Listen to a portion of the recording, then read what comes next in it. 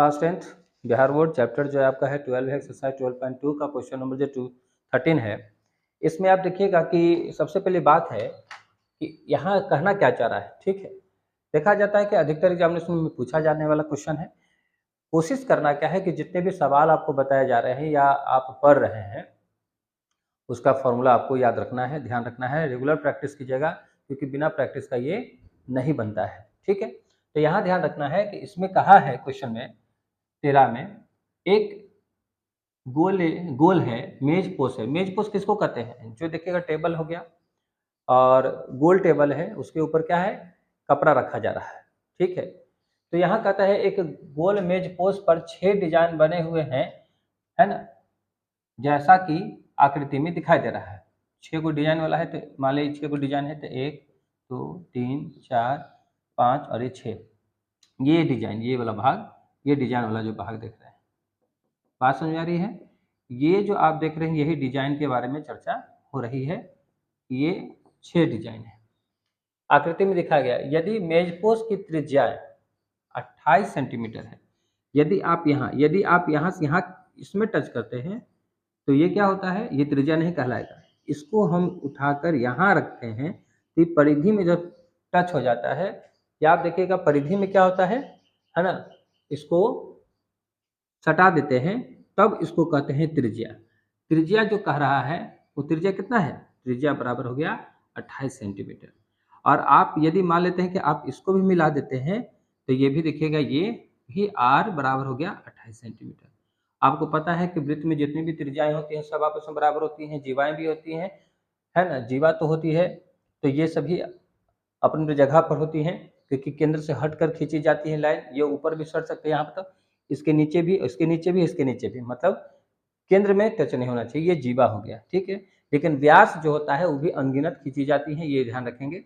और उसकी सभी की व्यास जो होती है सबकी लंबाई बराबर होती है वृत्त में, तो ये ध्यान रखना है। साथ साथ ये भी कहा गया है कि 28 सेंटीमीटर है तो 0.35 रुपया प्रति वर्ग सेंटीमीटर, है ना, की दर से इन डिजाइनों को बनाने की लागत लगती है, मतलब इसमें खर्च होता है। यदि आप किसी को कहा गया बनाने के लिए डिजाइन तो इसमें 35 पैसा मतलब कहा जाए तो उसमें खर्च हो रहा है।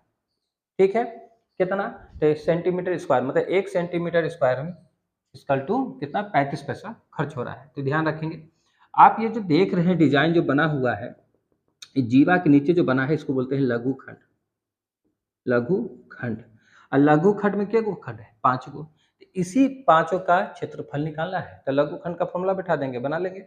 इसके लिए क्या करेंगे, सबसे पहले प्रश्न में दिया गया है, प्रश्न में दिया गया है कि गोल मेज पोस्ट है ना, तो लिखेंगे गोल मेज पोस्ट पर 6 डिजाइन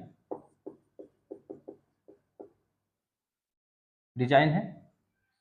डिजाइन में त्रिज्या जो हो गया आर बराबर कितना है, 28 सेंटीमीटर, और इसमें लिखा है कि 1 सेंटीमीटर स्क्वायर बराबर होता है 0.35 रुपया खर्च होता है। तो कुल खर्च निकालना है, प्राप्त क्या करना है, कुल खर्च बराबर क्या होगा, यही निकालना है। तो अब ध्यान रखना है, हमको कुल खर्च निकालना है। तो इसका मतलब हो गया कि लघु खंड, है ना, डिजाइन जो बना हुआ है, डिजाइन तो 6 है ना,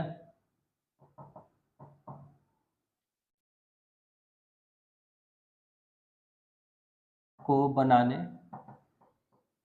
में कुल खर्च, तो ये डिजाइन जो है क्या है, लघु खंड है, तो लघु खंड का क्षेत्रफल बराबर है।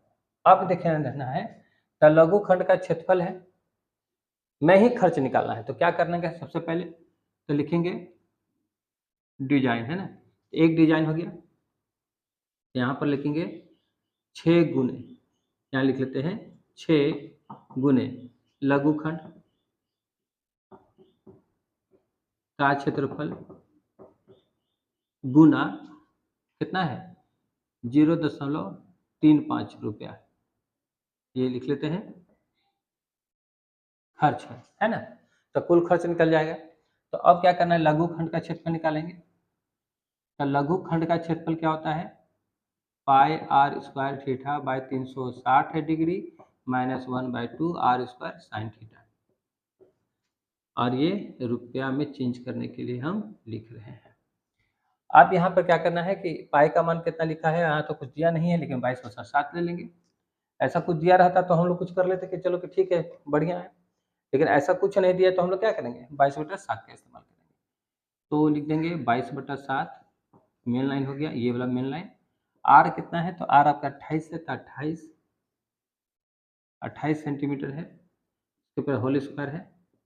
थीटा कितना है, तो थीटा आपको नहीं दिया है तो निकालना होगा थीटा। तो यहाँ पर थीटा क्या कर लीजिएगा, 360 कितने भागों में बट गया है, 6 भागों में, तो 60 डिग्री हो गया, 6 6 36 हो गया, 60 डिग्री। तो इस तरीका से आप क्या करेंगे 60 डिग्री यहाँ, सॉरी हाँ 60 डिग्री, थीटा बराबर 60 डिग्री दे देंगे। ठीक है, अब यह लिखेंगे 360 डिग्री, क्योंकि देखिए 60 डिग्री इसलिए बन निकला क्योंकि 360 डिग्री का पूरा वृत्त होता है और इसको 6 भागों में बांटा गया है। तो 6 से डिवाइड कर देंगे तो एक भाग का हमको डिग्री पता चल जाएगा कि कितना होगा। तो 6 से 6 6 36 हो गया। तो इस तरीके से 60 डिग्री एक कोण का निकल गया। तो 60 डिग्री, तो थीटा बराबर कितना हो जाएगा 60 डिग्री हो गया। माइनस 1/2 आर कितना हो गया, तो आर हो गया 28, ठीक है, सेंटीमीटर का होल स्क्वायर, और साइन 60 डिग्री, और यहाँ इंटू 0.35 रुपीज़। अब यहाँ ध्यान देंगे, तो 6 हो गया। अब यहाँ पर कैलकुलेशन करना है, तो ये डिग्री डिग्री खत्म, 0 0 खत्म, 6 6 36, 6 यहाँ आ गया। ठीक है, अब यहाँ ध्यान दीजिएगा, अब ये मेन लाइन में जो ये लाइन है इस मेन लाइन को मिला दीजिए। तो 22 ऊपर हो गया, 7 नीचे हो गया, 28 दो बार बट गया, इसके ऊपर भी पावर, इसके ऊपर भी पावर, तो सेंटीमीटर स्क्वायर हो जाएगा। और नीचे क्या है 6 बचा हुआ है, माइनस 1/2 लिख देंगे, 28 को 2 बार कर देंगे, सेंटीमीटर स्क्वायर हो जाएगा। साइन 60 का मान कितना होता है, तो साइन 60 का मान जो होगा आपको √3/2 होता है, तो √3/2 लिखेंगे इंटू 0.35 रुपीज़। ठीक है, अब यहाँ ध्यान देंगे, चलिए 2 से काटिए तो 11, ये 3 बार में, ये 2 से 14 बार में कट गया, ये 2 से 14 बार में ये भी कट गया। ठीक है, और तो कुछ नहीं कटा। चलिए इसके अंदर कैलकुलेशन है, तो ये हो जाएगा। उसके बाद क्या बचा, 11 28 गुने 28 सेंटीमीटर स्क्वायर, तो 7 21 हो जाएगा। इधर हो जाएगा 14 14 हो गया, 14 गुने 14, और √3 का मान कितना आता है जी, √3 का मान यहाँ लिखे थे ना कहीं, 1.7, तो 1.7 सेंटीमीटर स्क्वायर ऐसे कर लेंगे इंटू 0.35 रुपीज़। अब आते हैं क्या कि सबको गुना करेंगे, है ना। तो यहाँ पर सबसे पहले क्या करेंगे, 11 को 28 से गुना कर देंगे, तो 11 कर लेते हैं 28 गुना 28, इस तरीका से 68624/21 सेंटीमीटर स्क्वायर। अब उधर करते हैं 14 गुने 14 और 1.7 को इंटू करेंगे तो आ जाएगा 3.2 सेंटीमीटर स्क्वायर। अब इंटू 0.35 यहाँ रुपीज़ हो गया। अब इसको 21 से डिवाइड कर देंगे, तो किसको 8624 को हम 21 से डिवाइड कर रहे हैं, तो मिलेगा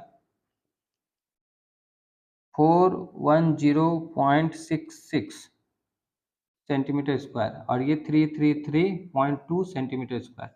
अब इसको घटा देंगे 0.35 रुपीज़। जैसे ही घटाएंगे कितना में,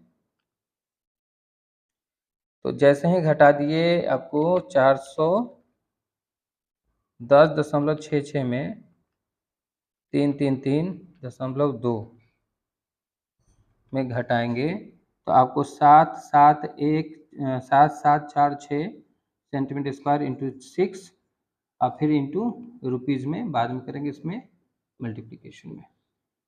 अब करते हैं 6 से गुना, 6 से जैसे ही गुना करेंगे तो हो जाएगा 464.76 गुना 0.5 रुपीज़। अब रुपीज़ से गुना करेंगे तो हो गया आपको 035, तो टोटल खर्च हो जाए 162 रुपया 66,666 रुपीज़। मतलब आप देखिए 162.67 रुपया क्या हो जाएगा, इसमें टोटल खर्च हो सकता है, ये ध्यान रखेंगे।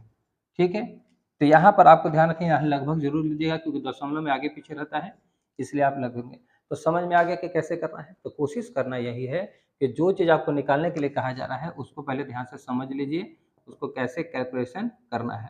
ध्यान रखिए कि एग्जामिनेशन में कैलकुलेशन में थोड़ा टाइम लगता है, लेकिन कोशिश करना क्या है कि आप कैलकुलेशन को थोड़ा सा स्पीड बढ़ाएंगे। एक टाइमिंग फिक्स कर दीजिए कि हाँ इतने टाइम में हमको ये बना लेना है, लॉन्ग टर्म क्वेश्चन का। ठीक है, उसको उतार दीजिए।